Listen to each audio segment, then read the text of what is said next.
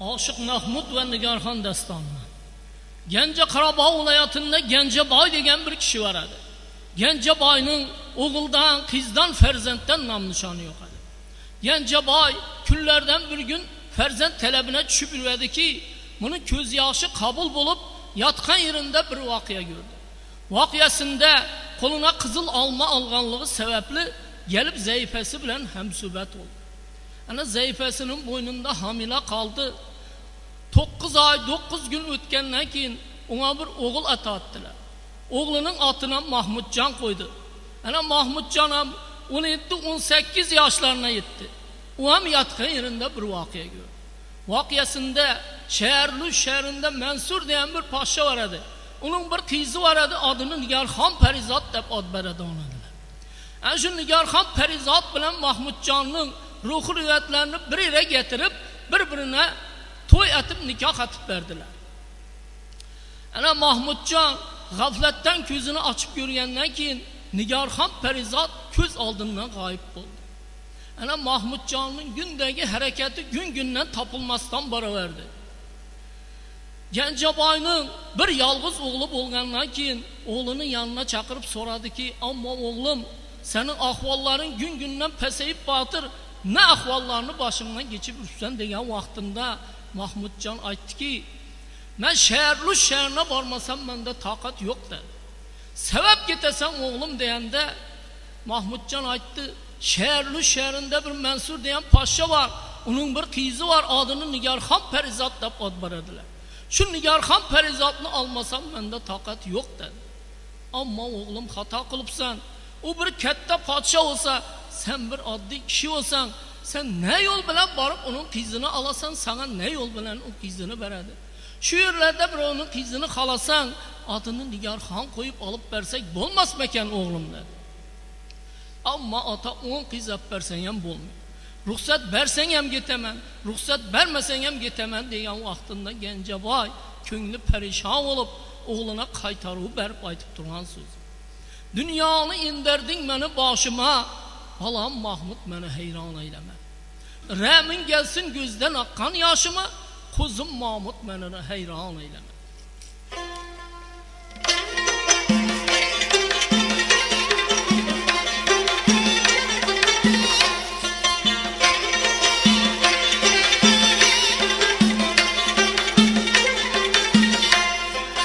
Dünyanı derdin beni yengay, başıma yengay kızım Mahmud, beni heyran eyleme yengay, dad eyleme. Rəmin gelsin gözden akın yaşıma yengay kızım Mahmud, beni heyran eyleme yengay, dad eyleme. Kuzum Mahmud beni heyran eyleme yengay, dad eyleme.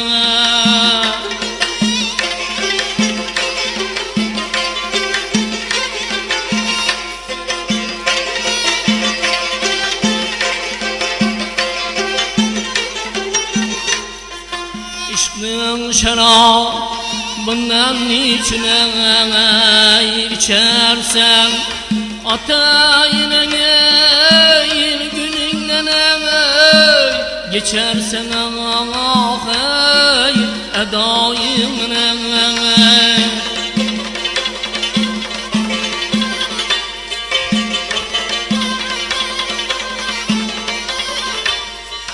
Yarın kulundan şarabı içersen kuzum Mahmud, beni heyran eyleme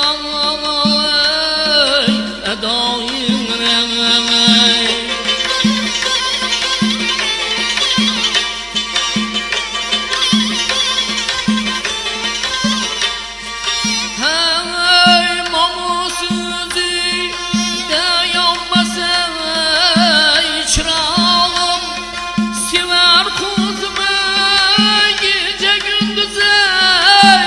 Karavım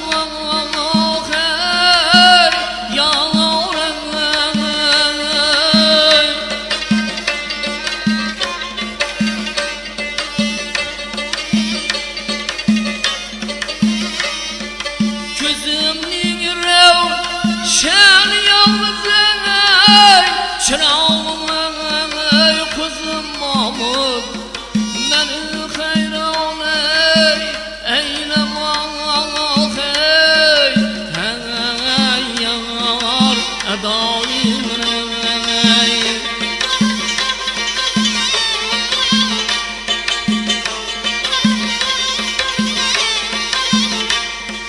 bu nasırdır Muğay toyay bilmedim ayrılıban senden kalayay bilmedim ey dad bilmedim mamuçası ringay toyay bilmedim ey kuzum Mahmud beni hayran eylemeye dad eylemeye edayım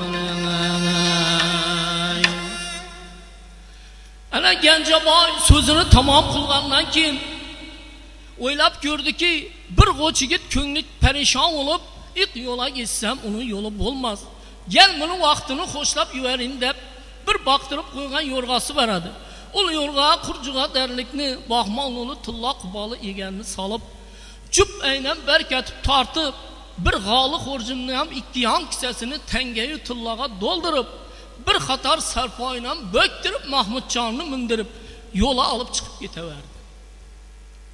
Ana bir necha manzil yo'l yurgandan keyin ana o'g'lim endi sening yo'ling bo'lsin yo'ling ustunda qambar otli bir yigit bor shuni olib ketsang sana yo'ldoshlik qilar deb Mahmudjonga oq patya berib yuboraverdi. Ana Mahmudjon xushhol xurram bo'lib yo'rg'asini qochirib boraverdi. Ko'p zamon yo'l yurib bir cho'la maydondan ham o'tib bir yurtning oyoqidan daxil oldi. Bir yotni yaqalab yo'l o'tar edi, shu yo'lni o'rnina olib boraversa, ikki nozalin qiz idish ko'tarib suva chiqib kelayotiradi. Qizlar Mahmudjonni ko'rib, ishqi Mahmudjona tushib, "Gel bu yigitni kim ekanini bilaylik, qaysi boyning o'g'li, qaysi Parizoqning yori ekanini bilaylik" deb Mahmudjonni poylab yo'lni o'rnina olib turaverdi. Ana Mahmudjon bularning to'g'risina kelgan vaqtida qizlar Mahmudjonning otini boshini jilovlab turaverdi. Mahmudjon so'radiki, "Qana ey qizlar, sizlar bilan burundan tanishgan, uchrashgan joyimiz bormi?" dedi. Qizlar yo'q dedi. "Ne sebep shunda meni otimning boshini ushadingizlar?" deganda qizlar javob berdi. "Senden bir ikki savolimiz bor, shunga javob berib o'tasan" dedi. "Unda bering, men o'zimni bilganimcha javob bering" dedi. "Unda sen qaysi Parizoqning yorisan, qaysi boyning o'g'lisan, shunga bir javob berib o'tasan." Mahmudjon aytdiki, "Men Genji Qarabog' viloyatida Genjeboy degan boyning o'g'li, Sharlu shahrida Mansur degan bir podsho bor. Uning bir qizi bor, adini Nigarxon Parizod deb ad beradilar. Shu Nigarxon Parizodning yori bo'laman men" dedi. "Unday bo'ladigan bo'lsa, sen bizni ta'rif qilib o'tishing kerak" berdim. Mahmudjon aytdiki, "Men sizlarni ta'rif qilib o'tadigan bo'lsam, barja yerime 5 kunda, 4 kunda borib bilmasman" dedi. Qizlar aytdi, "Sen bizni ta'rif qilmay o'tadigan bo'lsang, seni otingning boshini biz ham 5 kunda, 10 kunda qo'yib yubormasmiz" dedi. Ana Mahmudjon ot ustunda turib, bu qizni ta'rif qilib bir so'z aytdi. "Oldimizdan go'zal chiqdi, go'yo qizil gulomayzlar. Gördüm aklımni lal etti, seyrengen bülbül almayızlar."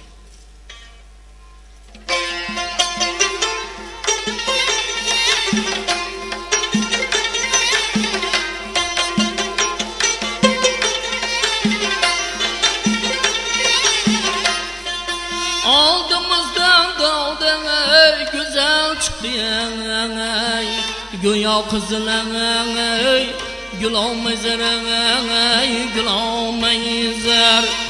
Gördüm aklımni lal etti ey, seyregen bülbül olmayızlar ey, gül olmayızlar. Ah yavrum keldi devran, bir açılgan ey, gülüm mezrey gülüm menzer.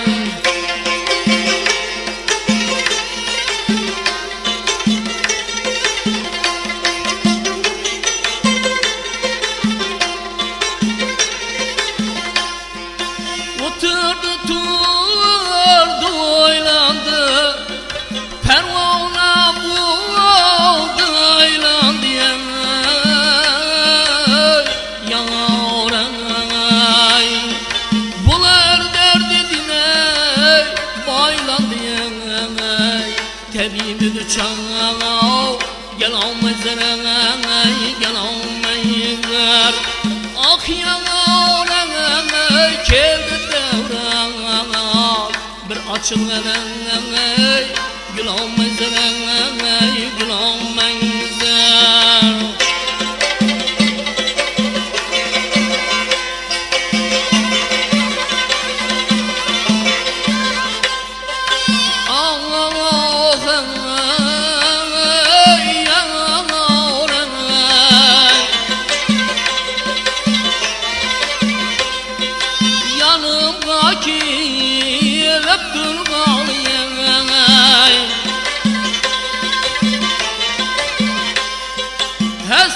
Hasretin ahur kalıyor.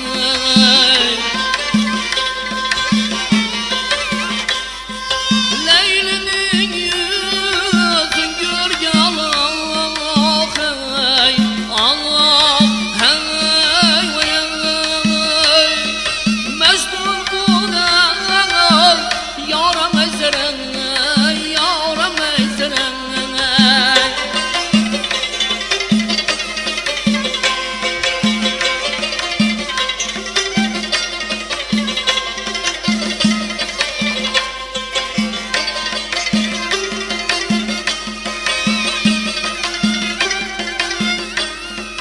Sahada açıl ağlasın, sözlerin canım ağlasın. Allah yanarlar.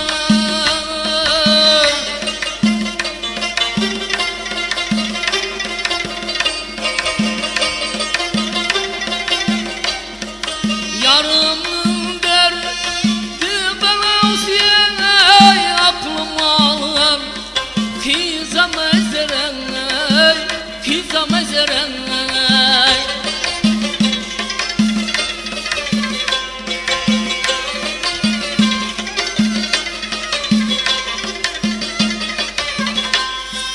Mahmudcan bir yar gülgende durlar saçlar gülgende yaray.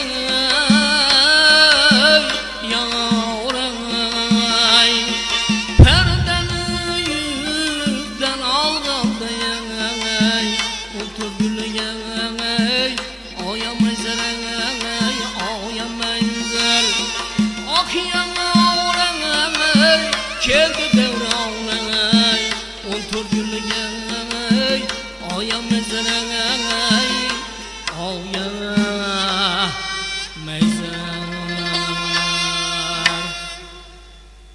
Ana kızlar Mahmudcan'ın atını başını koyup verdiler. Mahmudcan huşha hurram bulup yorgasını kaçırıp para verdi. Bir çöle meydanını ortalap bir çöle meydanlarına ötüp bir yurtun ayakından dahil oldu. Bir yolunu uğruna alıp para verse bir ovanın üstünden duç oldu.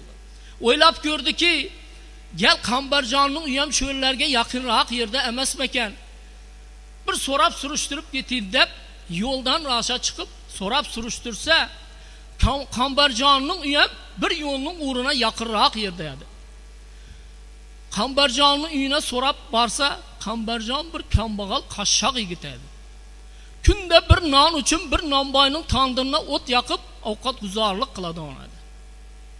Bir singlisi vardı, yürüyüp yortup ekesinin yanına vardı. Eke size bir miman tapıp geldim. Sizni bir azada yigit sorap geldi deyenden saçından o tartıp depelemeye karadı zangar. Ben özüm günde bir nambayının tandırına ot yakıp bir nan için avukat güzarlık kılsam sen bana miman tapıp geldim de baytasan. Dükkandar bir tushunukli ketadi. Ey xon o'g'il, uzoq yaqindan bir mehmon kelgan vaqtida uni xabarini olishga tegishli bo'lasan. Mana bugungi mehnat haqqinga bir nonni al, borib ko'r, kim ekanini bil. Agar bo'lmasday bo'lajak bo'lsa, meni yonimga olib kel dedi. Ana Qambarjon uyina borib ko'rsa, bir otli donli Mahmudjon degan yigit uyinda o'tiribdi. Salom alikdan keyin Qambarjon Mahmudjondan yo'l bo'lsin so'radi. Mahmudjon aytdiki, sen bize darkor bo'lding, sen bizning bilan yurishing kerak deganda Qambarjon o'zining ahvollarini Mahmudjonga bir bayon aytdi. Mahmudjon uni turli tomondan ta'min etib, shu yerda birovning baqtirib qo'ygan yo'rg'asi bor edi. U yo'rg'a qurjiga darlikni mahmolini tilla quboni yeganini solib, Qambarjonni bir qator sarfoylab o'zi bilan tenglashtirib yo'lga olib chiqib ketaverdi. Ana bir necha manzil yo'l yurgandan keyin bir katta bir yig'inning ustidan do'ch oldi. Qarasa, ulni kichki eri xotin, qizi juvon hammasi o'z bazminda hazinda o'tiradi. Mahmudjonning ham jo'shqinligi tutib, Go'zalxon Parizodni ta'rif qilib bir so'z aytdi.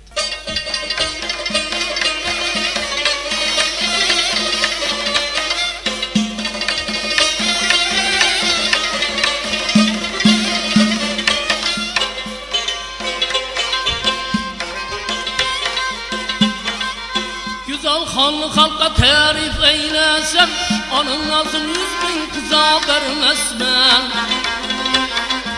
Görgen aşıklarını hayran eylasam, siyah zulmün sergaga vermesmen.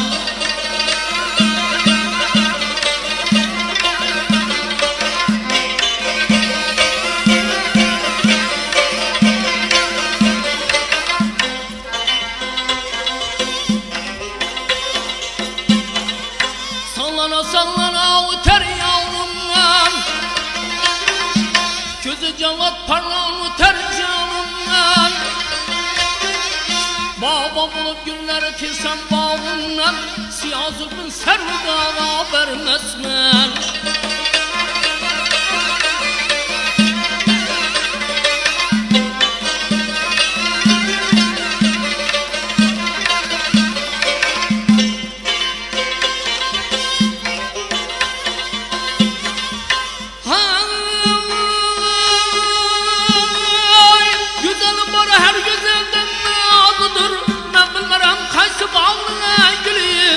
Şivesidanlar kulu saklıdır, köksünen dolgan aya vermesler.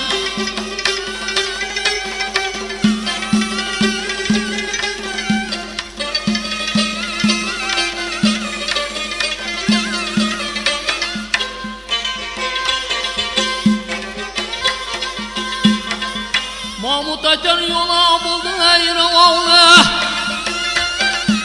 bir gazan aytıman kiziye cüvağla. Aşık oğlum güzel xona aybağa, köksün anı dolgan aya vermesme. Köksün anı dolgan aya vermesme. Köksün anı dolgan aya vermesme.